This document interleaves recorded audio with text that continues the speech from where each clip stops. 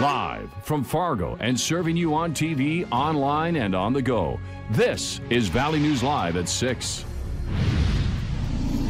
We begin with a Valley News Live exclusive surrounding new developments in the case of a woman charged in the death of her baby son. Tonight we hear the words of the woman surrounding the body of 4-month-old Tyr, who was found a week ago Saturday near a slough in rural Stutsman County after a 2-day search. We have a recorded phone conversation involving 25-year-old Justice Lang. She's the Carrington woman who told authorities that she could not recall a 4-day span or where she left her baby. Valley News Team's crime and safety reporter Bailey Hurley is live in the studio to tell us more of what Lang says happened the days that she was missing. Bailey? Thanks, Mike. The phone conversation involves a so-called friend of Justice Lang who told us the two talked while Justice was in the hospital before she talked with authorities. This individual says she recorded the call without Justice's knowledge in hopes of finding out what happened to Tyr.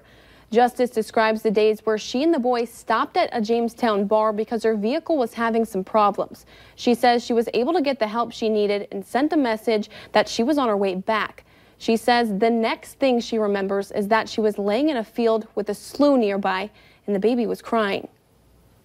I took a little bit of water on I had a headband and a pink headband, and I would get that wet and I would dab it on his lips.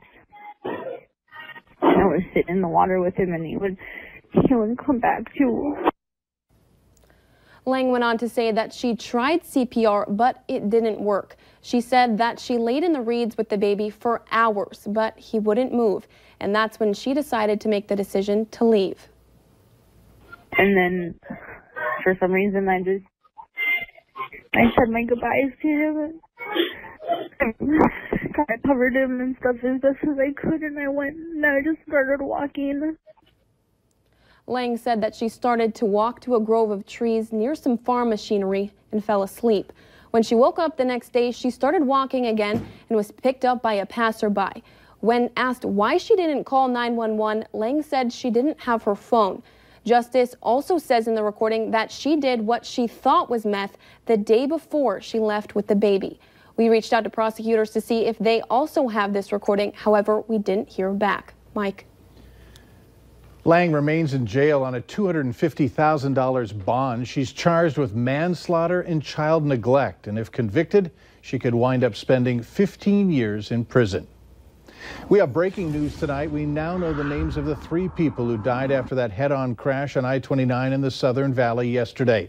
The North Dakota Highway Patrol says it happened yesterday morning near Hankinson when 15-year-old Connor Radke of West Fargo lost control of the pickup he was driving, overcorrected, crossed the median, and hit a car coming from the other direction. His passenger, 45-year-old James Radke of West Fargo, died on the scene. Connor remains in the hospital. Meanwhile, 24-year-old Flor Avila, the driver of the car that was hit, and 5-year-old Kayleen Avila were killed.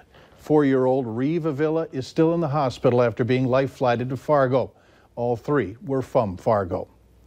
Winds came up today, but overall it's been a pretty decent way to start the work week. Let's find out from Hutch what you should expect in the weather tonight. Hutch? Well, if you're heading outdoors, almost all of us will enjoy very quiet conditions. It is cooler in north central Minnesota where that northwest flow is a little bit more brisk and a few clouds trailing through, as well as spotty sprinkles. Look at the temperatures there. Bemidji 69, 70 at Baudette. We warm up to 86 in Aberdeen. So significant change in temperatures across our area. Tonight we'll see 70s for the early evening, quickly dipping into the 60s in Fargo, and we'll be in the 50s by bedtime tonight in Grand Forks. It does look like the quiet weather lasts for another day, but some rain in the forecast. I'll detail that coming up here in just a few minutes. We can always use a little rain. Never hurts. All right, thanks. There's been a change in the sentence for the former area police chief on child sex abuse charges.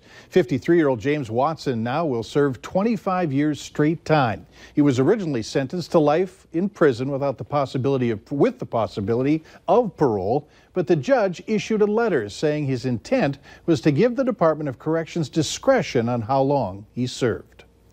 No one was injured from that tornado in western North Dakota Saturday night. 50-mile-per-hour winds led to damage in parts of Dunn County. The Greenshield family has lived in Dodge, North Dakota for 20 years. Their house survived, but other pieces of their property were tossed and destroyed. Marilyn Greenshield says what started as watching the clouds from their deck quickly turned to a dangerous situation. Of course, like most people, we had to stop and look back one more time to see what it was developing. And I just yelled, "Run." And as we got to the basement, you could hear the loud noises and things were starting to get more violent. Greenshield adds that everything destroyed is replaceable, and she's glad that they were luckier than those in Watford City who are still recovering from last week's tornado. Minnesota Governor Mark Dayton is visiting more flood-damaged parts of the state. The governor toured northeastern Minnesota today. It's his latest trip to survey extensive damage across the state due to storms, flash flooding, high winds, and tornadoes that began June 9th. The governor declared a state of emergency earlier for 36 counties and the Red Lake Reservation. Minnesota could qualify for federal aid if the federal government finds more than $7.7 million in damages statewide. A $1,000 reward has been offered for information relating to the missing person case in the Northern Valley. Joseph Bruce Sr. of Grand Forks is still missing. He was last seen July 3rd. Officers in that area say they believe Bruce may be in the Devil's Lake Fort Totten area. He stands 6 feet 2 inches tall, weighs 205 pounds, and has brown eyes. If you have any information as to where he is, you're asked to call Devil's Lake or the Grand Forks Police Departments. Ground was broken on a nearly $73 million new underpass on Moorhead's southeast side. It's the 20th and 21st Street South and Main Avenue, and it's been a dream of city leaders for years. It's gotten even more attention of late because of safety concerns. The number of trains passing through that community has increased, blocking crossings for hours every day. The project is expected to take 3 years to complete. You may have noticed recently video from our newscasts inside a political ad for Kevin Cramer. Valley News Live has nothing to do with the creation of these ads, and the video of our newscast is used without our consent. It's all part of something called fair use. There's a section of copyright law that makes it okay for certain groups to use copyrighted material without the owner's consent. And because of this law, any federal campaign has use of our material without asking. Fair use allows journalists, commentators, and educators the opportunity to repurpose this content for the purpose of reporting, criticism, and research.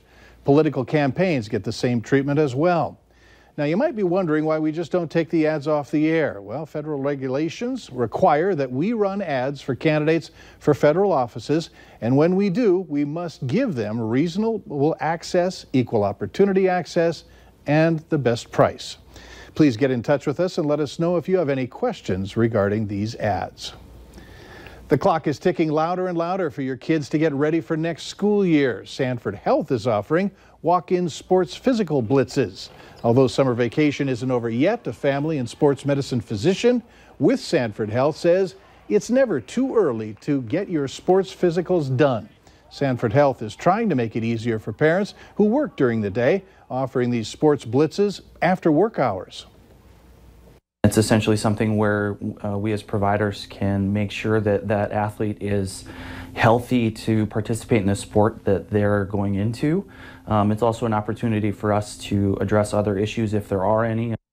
Blitzes will be held from 4 to 7 p.m. on July 17th and 18th. That's tomorrow and Wednesday at Sanford's 25th Street South Clinic in Fargo. Later on Valley News Live at 6, what medical experts locally are saying about the threat of tainted McDonald's salads. Up next, the latest on efforts to get a wayward bear safely out of Grand Forks.